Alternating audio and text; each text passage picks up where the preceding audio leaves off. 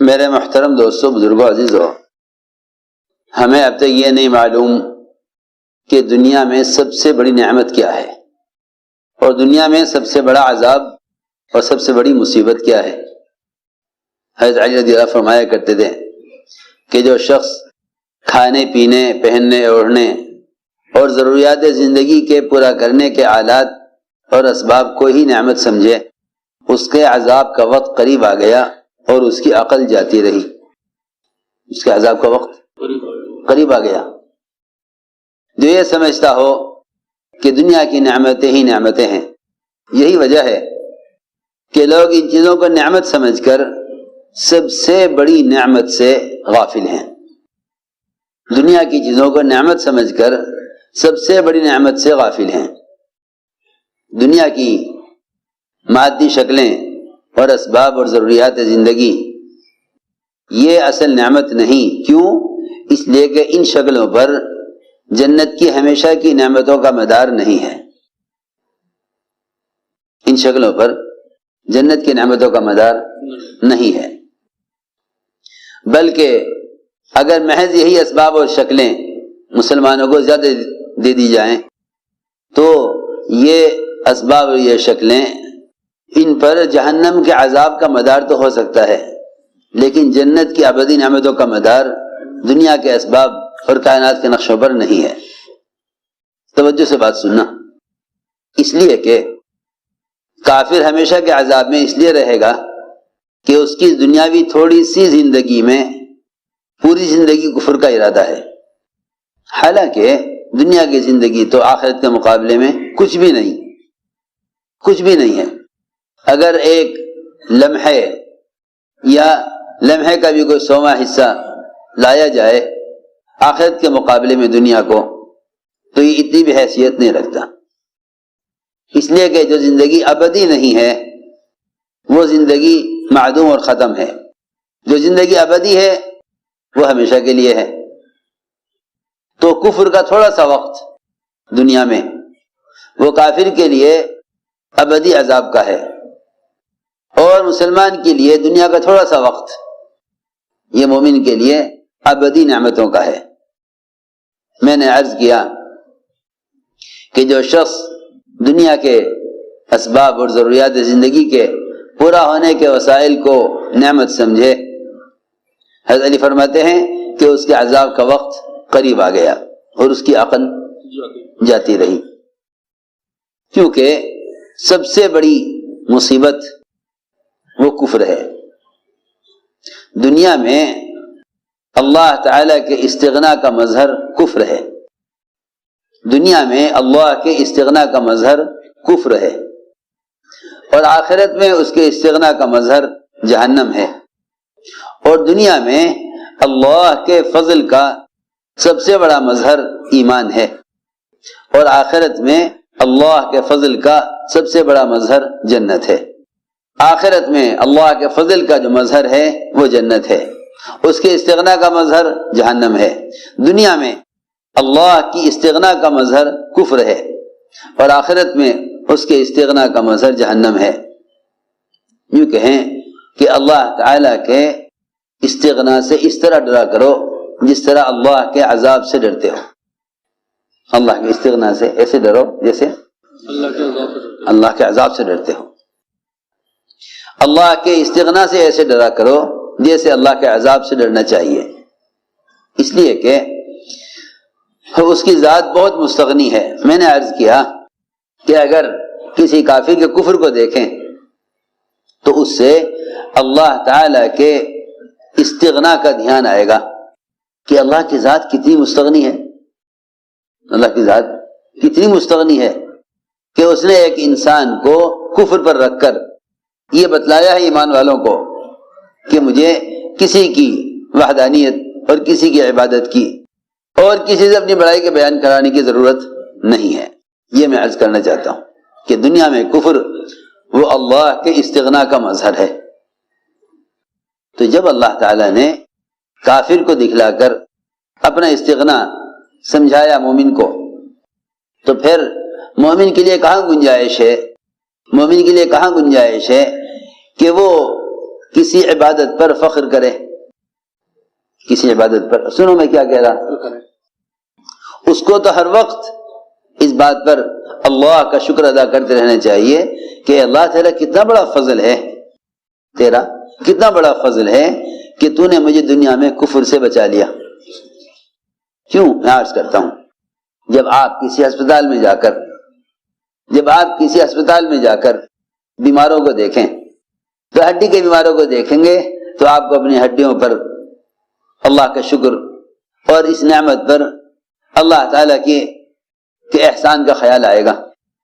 جب آپ دماغ کے بیماروں کو دیکھیں گے تو اپنے دماغ کا خیال آئے گا، جب آپ اندھوں کو دیکھیں گے تو اپنی آنکھوں کا خیال آئے گا۔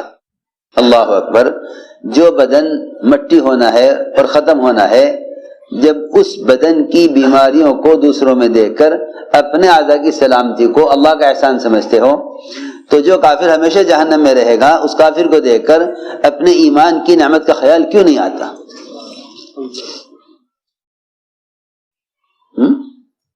میں حیران ہوں کہ اس زمانے میں پڑھے لکھے کیا عوام سب مسلمان ایمان کی نعمت سے غافل ہیں، وہی سمجھتے ہیں یہ تو ایک ہماری پیدائشی چیز ہے۔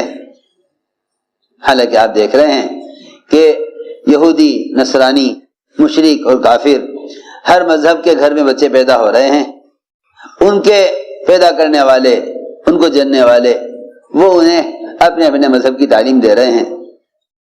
سوچنے کی بات ہے۔ اس لیے میں نے عرض کیا کہ جو شخص دنیا کی نعمتوں کو نعمت سمجھے، اس کی عقل جاتی رہی، اس کے عذاب کا وقت قریب آ گیا۔ سب سے بڑی نعمت نعمت اسلام ہے۔ اس لیے کہا گیا الحمدللہ علی نعمت الاسلام، کہ اس زمانے میں مسلمان غیروں کی طرح صرف دنیا کی نعمتوں کو نعمت سمجھتا ہے، دنیا کی نعمت کو نعمت سمجھتا ہے۔ اس لیے فرمایا لئن شکرتم لازیدنکم، اگر تم نے شکر کیا تو ہم نعمت کو بڑھائیں گے، ہم نعمت کو بڑھائیں گے، اور اگر تم نے ناقدری کی تو ہم تم سے اس نعمت کو چھین لیں گے۔ غور کرنے کی بات ہے کہ وہ دنیا جس سے اللہ کو نفرت ہے، اگر اس دنیا کو جس سے اللہ کو نفرت ہے، اگر اس دنیا کو ضائع کیا جائے، وہ دنیا جس سے اللہ کو نفرت ہے اور جو اصل نعمت نہیں ہے، اس کو اگر ضائع کیا جائے تو لوگ کہتے ہیں کہ میاں رزق کو ضائع مت کرو ورنہ تم سے رزق چھین لیا جائے گا۔ تو وہ دنیا جس سے اللہ کو نفرت ہے، اگر اس دنیا کے ضائع کرنے پر دنیاوی نعمت کے چھن جانے کا اندیشہ اور خوف، اور لوگ ڈراتے بھی ہیں، اس سے لوگ اسے ڈراتے بھی ہیں، تو پھر اسے اندازہ کرنا چاہیے کہ وہ ایمان جو اللہ کو محبوب ہے اور جس ایمان پر ہمیشہ کی نعمتوں کا مدار ہے، اس ایمان کی نعمت کی ناشکری سے ایمان کتنا ضائع ہو جائے گا ایمان۔ اور اگر حقیر دنیا شکر کرنے سے بڑھ سکتی ہے تو جو ایمان اللہ تعالیٰ کو عزیز ہے اور محبوب ہے، اس ایمان کی قدر کرنے سے ایمان میں کتنا اضافہ ہونا چاہیے۔ لیکن اصل بات یہ ہے کہ لوگ ابھی شکر کو ہی نہیں سمجھے کہ شکر کیا ہے۔ لوگ نعمت کے شکر میں اللہ تیرا شکر اتنا کہہ دینے کو شکر سمجھتے ہیں، حالانکہ یہ شکر کی ادائیگی نہیں ہے، یہ شکر کی ادائیگی نہیں ہے۔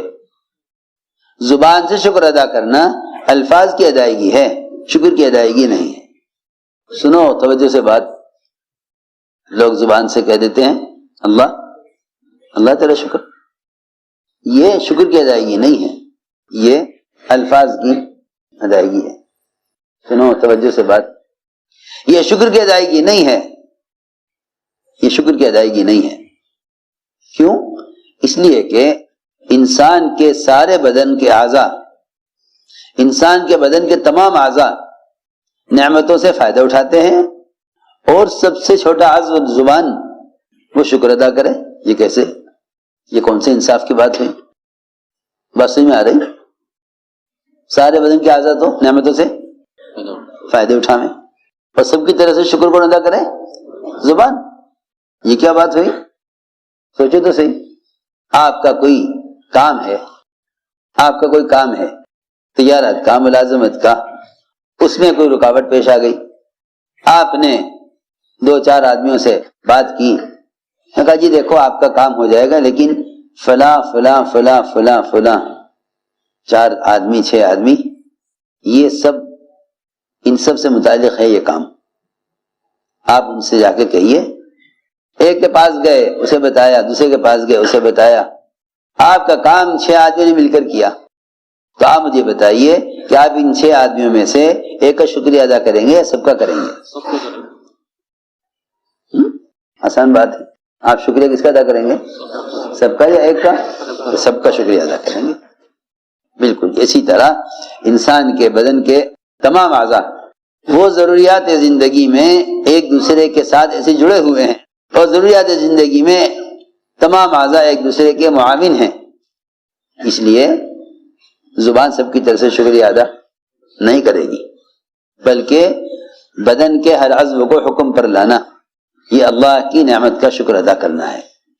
بدن کے ہر عضو کو حکم پر لانا, یہ نہیں کہ بدن کے سارے اعضاء تو نعمتوں سے فائدے اٹھاویں اور سارے بدن کے اعضاء خواہشات میں پڑ جاویں اور زبان سے شکر ادا کر دیا جائے. نہیں, بلکہ حضور اکرم صلی اللہ علیہ وسلم نے جب اپنے آپ کو عبادت میں بہت تھکایا اور لمبا قیام اور ایسے لمبے سجدے, اللہ اکبر, بعض موقع پر حضرت عائشہ سمجھا کرتی تھی کہ شاید آپ کی وفات ہو گئی. ایسے لمبے سجدے, ایسے لمبے سجدے. وہ تو میں عرض کرتا ہوں نا کہ جو لوگ دنیا کی نعمت کو ہی نعمت سمجھے گا اس کی عبادات بھی انہی نعمتوں کے لیے ہو کر رہ جائے گی. اس کی عبادات بھی انہی نعمتوں کے لیے ہو کر رہ جائے گی. جو دنیا کی نعمت کو نعمت سمجھے گا اس کی ساری عبادات بھی اسی نعمت کے لیے ہو کر رہ جائے گی. اگر کسی آدمی کو عمر قید کی سزا سنا دی جاوے, کسی کو عمر قید کی سزا سنا دی جائے اور پھر جج اپنا فیصلہ بدل کر اس آدمی کو رہا کر دے, تو بتاؤ اس کے لیے اس سے بڑی کوئی نعمت ہے کہ عمر قید سنا دی گئی تھی پھر آزاد کر دیا؟ بتاؤ اس سے بڑی کوئی نعمت ہے؟ جس وقت اس کو عمر قید کی سزا سنائی گئی اس وقت اس کو کوئی چیز اچھی لگتی ہوگی دنیا کی؟ کچھ بھی نہیں ہے. زندگی بھر جیل میں رہنا ہے, بیوی بچے مکان دل لگی کے سامان سب اس کے نظر میں بے حیثیت ہو جائیں گے. ہر چیز کی لذت, ہر چیز کا مزہ فوراً ختم ہو جائے گا. بس اسی لیے عرض کر رہا کہ سب سے بڑی نعمت نعمت ایمان ہے. سب سے بڑی نعمت نعمت ایمان ہے. سب سے بڑی نعمت نعمت ایمان ہے کہ دنیا میں سب سے بڑا اللہ کا فضل ایمان ہے. کوئی بھی خیال نہیں کرتا. کوئی کارخانہ لگا لے گا, وہاں لکھ لے گا ھذا من فضل ربی. کوئی دکان میں لگا لے گا, اس پہ لکھ لے گا ھذا من فضل ربی. جی ہاں, کوئی بہت اونچی کوٹھی بنا لے گا, اس پہ لگا دے گا بڑا بڑا لکھ دے گا ھذا من فضل ربی. ابھی جو لوگوں یہی نہیں خبر کہ فضل رب کیا ہے. اتنے ایمان سے غافل ہیں اور اتنے ایمان کی طرف سے بے فکر ہیں کہ محض دنیا کی نعمتوں کو ہی اللہ کا فضل سمجھتے ہیں. دنیا کی نعمتوں کو ہی اللہ کا فضل سمجھتے ہیں.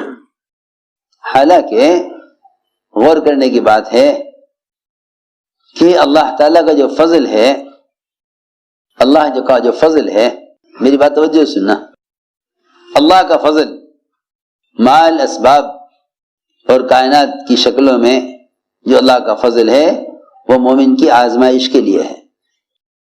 مومن کی آزمائش کے لیے ہے. اور جو ایمان کا فضل ہے, ایمان کا جو فضل ہے وہ مومن کی کامیابی اور نجات کے لیے ہے. بہت توجہ سے بات سنو. دنیا کے آلات اور اسباب اور دنیا کی نعمتوں کے اعتبار سے جو اللہ کا فضل ہے وہ مومن کی صرف آزمائش کے لیے ہے.